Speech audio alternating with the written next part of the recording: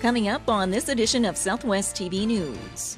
Now fully constructed and furnished, the Southwest Youth Emergency Shelter Board is welcoming the public to the 8-bedroom facility, which will assist youth facing various hurdles in the community.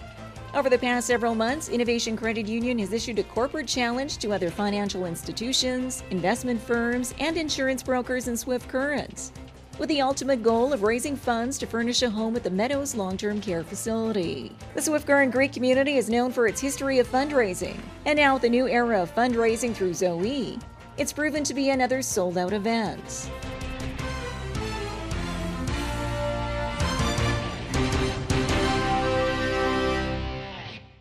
Thanks for joining us here today.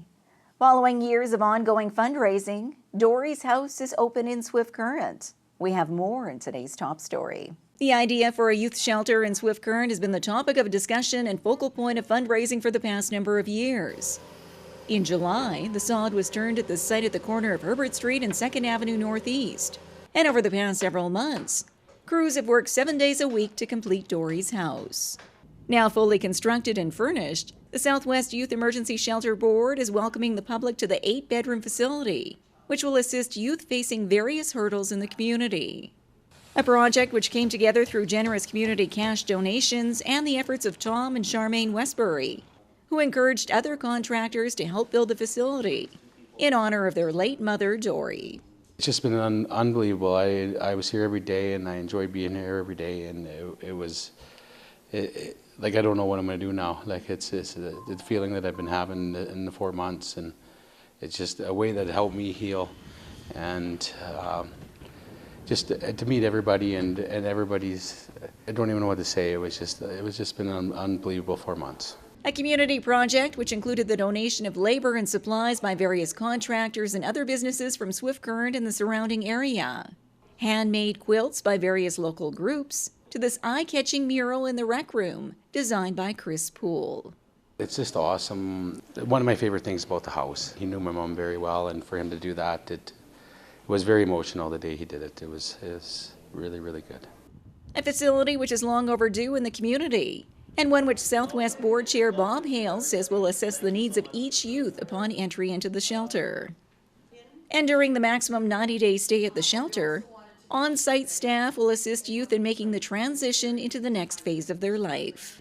What sometimes happens is that kids are going off to Regina if they're if they find they're in need and need to be in a facility and there's nothing available in Swift Current, well, they're getting sent off into Regina, and so they're taken out of the community, away from schools, away from whatever family support they have here, away from the community support they have here, and then there's other connections being made in Regina that aren't necessarily positive connections. So, so we hear that a lot from schools and families and youth themselves to say, well, I don't really want to have to go to Regina to have a place to stay. I want to be able to stay here.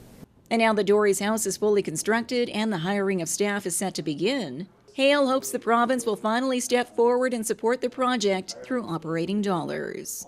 It's about a $600,000 annual budget. A significant part of that is staffing.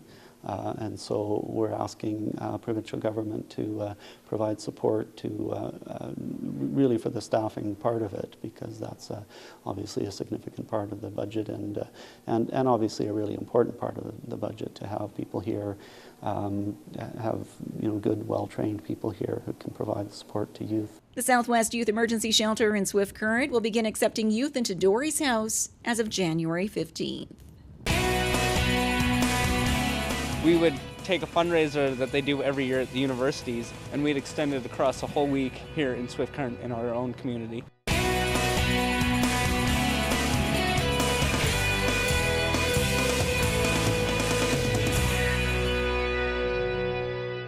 The Meadows long-term care facility in Swift Current is benefiting from a corporate challenge. We have more in this report. Over the past several months, Innovation Credit Union has issued a corporate challenge to other financial institutions, investment firms, and insurance brokers in Swift Current, with the ultimate goal of raising funds to furnish a home at the Meadows long-term care facility. The fundraiser included Innovation meeting the challenge to a maximum of $250,000. And thanks to the generous support of these 7 donors totaling $165,000, Innovation kept its end of the bargain with a recent matching check presentation to the Dr. Noble Irwin Regional Healthcare Foundation. You know, when the Innovation Credit Union put out the challenge, you know, that they would match any dollar, it's important to RBC to do these types of things, and definitely as one of the largest brokerage firms in town, it was kind of easy to jump aboard, something we'd want to do, and you know, we kind of got to do things jointly in this community. If we want to have success, we got to work together, and you know, this is a great way that, you know, as a financial institutions, we could work together to get this facility done, and you know, it's such a great facility, so easy to do. With the fact that we've done business in Swift Current for the last 20 years, that we have a responsibility to, you know, support our community in many ways, and certainly this was a key initiative and one that we felt was easy for us to support, and we're glad we were able to participate. And for Innovation Credit Union, a part of its overall mandate, to give back to the communities it serves. We allocate 2 to 4% of our pre-tax profit to the community. So as the organization or credit union grows, so does our contribution back to the communities and regions that we serve. This one here is, I think, pretty important because if you look at the entity and what it does for the community and who it provides service to, you know, those would probably be a lot of credit union members and members who have, you know, been around and been members for a long, long time. And now with the total corporate challenge donation of $330,000, the Dr. Noble Irwin Regional Healthcare Foundation has solidified its commitment to the Cypress Health region. Well, the initial goal for everything brand new was $8 million, of course, and then that adjusted a little bit with some of the used equipment that they were going to be able to bring over, and our ultimate goal was between 4.5 and 5 is what we were hoping to. But I think it'd be awfully close to 2.5 million that we gathered over the campaign, and that's with pledge agreements that'll be coming in over the next 3 to 5 years and that type of thing. So I know that our original commitment to the health region will honor that before the end of this year, and then there'll be a little bit more as the pledge payments are made over the next 4 years. Fundraising through the Innovation Corporate Challenge has assisted in equipping and furnishing house number 1 at the Meadows. Ongoing donations to the Meadows long-term care facility or other healthcare facilities in the Southwest can be addressed directly through the Dr. Noble Irwin Regional Healthcare Foundation.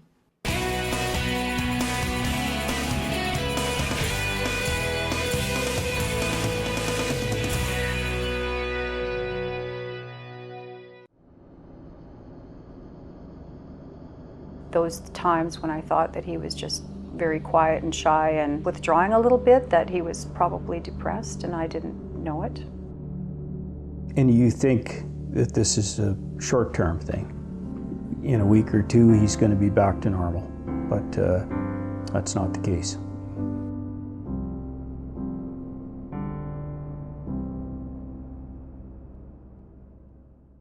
The Swift Current Greek community hosted a special fundraising evening. We bring you some of the highlights in this feature. The Swift Current Greek community is known for its history of fundraising, with over $850,000 in 17 years allocated to the purchase of key healthcare equipment and furnishings. And now with the new era of fundraising through Zoe, it's proven to be another sold-out event.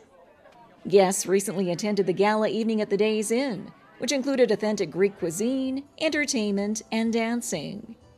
Kelsey Sugrianis was the co-chair for the evening and explains the name of the event. So Zoe means life, and it came from a couple reasons. Our church is called the Life-Giving Font Church, and so we wanted to base off of who we are, and to us, when we came up with the definition of Zoe, we thought, okay, what does that mean to everybody? So it means eating.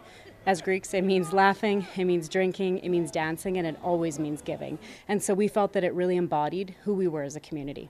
Excitement was created throughout the night with the silent auction, with 85 unique items donated by various local businesses, and a new format of bidding through the touch of your cell phone or iPad. Very engaging, I think, for kind of a new technological society. And I think the other component, too, is that it allows you to have a little bit healthy competition amongst each other. And so people are already in competitions. You get a text message right away that says you've been outbid on this particular item. And so it makes you want to keep bidding and buying. And so the feedback so far has been really powerful. This year, the Zoe Committee chose to donate the proceeds from the evening to the Children's Wish Foundation of Saskatchewan and the granting of a special wish to a Swift Current area boy. 10-year-old Hunter has got cystic fibrosis, so his life is not the same quality of life that most of us enjoy. So he has his regular physio every day. He's got to take medication all the time to help him with his digestion. So he doesn't live the normal life that a 10-year-old boy would live. So this is an opportunity for him to get away from that for a little while. And he's a real outdoors type of guy, so he's looking at a possible African safari or a trip to Africa as his wish. The Zoe Greek night was made possible through corporate sponsors including Whitecap Resources and C&D Machine and Welding, and the generous patronage of attendees and prize donors.